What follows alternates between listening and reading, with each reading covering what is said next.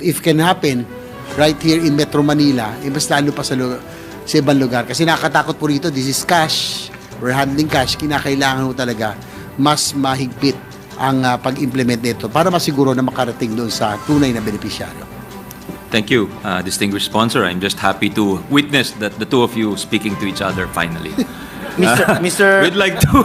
We'd like to recognize the sharpshooter of the Senate, the gentleman from Davao and Batangas, Senator Go. Mr. President, if I may interject, since my name was mentioned by the good senator from San Juan and Zambales, Mr. President, just want to clarify for the record, wala po akong payout na ayuda sa 2023 na ako mismo ay pumunta doon sa San Juan.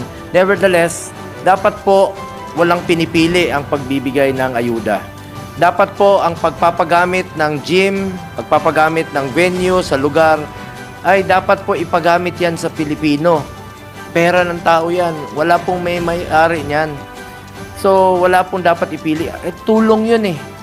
Kaya nga, dapat puntahan natin sila para komportable naman sila sa kanilang kinatatayuan, wag nang pahirapan pa. Tsaka, yung mga ayudang natatanggap nila sa gobyerno, TUPAD, AIX, ay mula po yun sa pera ng taong bayan. Yun dapat po ibalik sa kanila. I agree with the Senator, gentleman from San Juan and condemn this corrupt scheme. No? In fact, during the hearing of the Committee on Public Order, na-discover po namin yung TUPAD scam na isang pangalan, isang tao, ang ginagamit ay isang tao lang pero iba't ibang IDs ang ginagamit para mag-claim ng iba't ibang benepisyo mula sa TUPAD program. Hindi po tama ito. Dapat po maimbestigahan ito at makulong kung sino yung nananamantala sa pera po ng taong bayan. At since gusto ko lang po i-clear kay Senator Estrada na last year po ay wala po akong payout doon. No? Since brother to brother na po itong usapan dito sa floor, ako po ay nananawagan rin po sa ating kasamahan dito, sa ating good senator from Valenzuela. Baka po pwedeng manawagan rin po sa iyong kapatid kasi marami pong mga validated list po, Senator Gatchalian, na hindi pa po nababayaran ng kalihim po ng DSWD. So, napansin ko lang kanina kasi brother to brother na po nag-uusap dito. Since brother mo rin po ang kalihim ng DSWD, my colleague, Mr. President, baka pwede po maawa naman tayo sa mga mahirap. Tulungan po natin, balikan natin yung mga validated list po na nangangailangan ng tulong. Pera naman po ito ng gobyerno, ibalik natin sa kanila. Kaya nga pong tinawag ito na Assistance in Crisis Situation. AIX po, tulong po ito sa mga mahirap. Yung TUPAD po, dapat tuparin po ito, yung mga pinangako sa mga mahirap. Yun lang po, Mr. President. Dapat po huwag ipagkait ang tulong sa mga mahirap. Alam nyo, bawat piso, bawat sentimo, yung 3,000 na natatanggap nila, napakahalaga po yun sa mga kababayan natin. Laman na po ng tiyan nila yun. Huwag nating tagalan. Bilisan po natin ibigay sa kanila. Kung dyan naman po yung pondo, di ba? Huwag na nating tagalan pa. Ba't pa natin pahirapan? Naghihirap na nga yung mga kababayan natin. Pinapahirapan pa. Kaya po ako nananawagan sa ating good senator.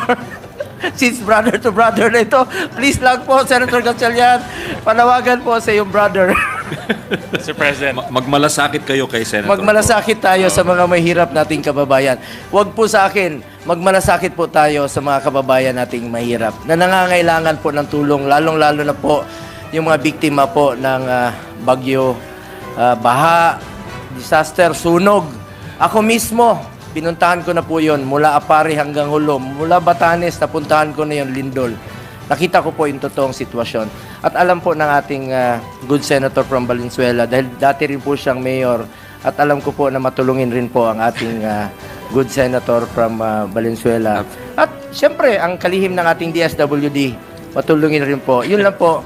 wag lang po natin sila paantayin na matagal. Maraming salamat po, Mr. President. Thank you, Senator Go. Before we recognize the gentleman from Valenzuela, we'd like to note that Senators De La Rosa and Tolentino are laughing heartily at the manifestation of Senator Go. Yes, go ahead, the gentleman from Valenzuela. Thank you, Mr. President. I was actually at the back preparing for my amendments, Mr. President. But in response to the good gentleman from Davao, narinig ko po na kapatid sa kapatid at dahil kapatid po ako ng kalihim po ng DSWD,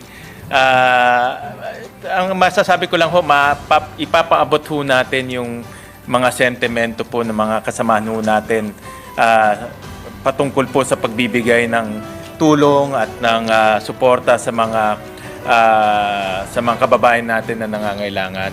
At alam niyo ho, kahit na ho magkapatid ho kami, pero dahil po sa dami ng trabaho namin, hindi ho kami madalas na nag-uusap.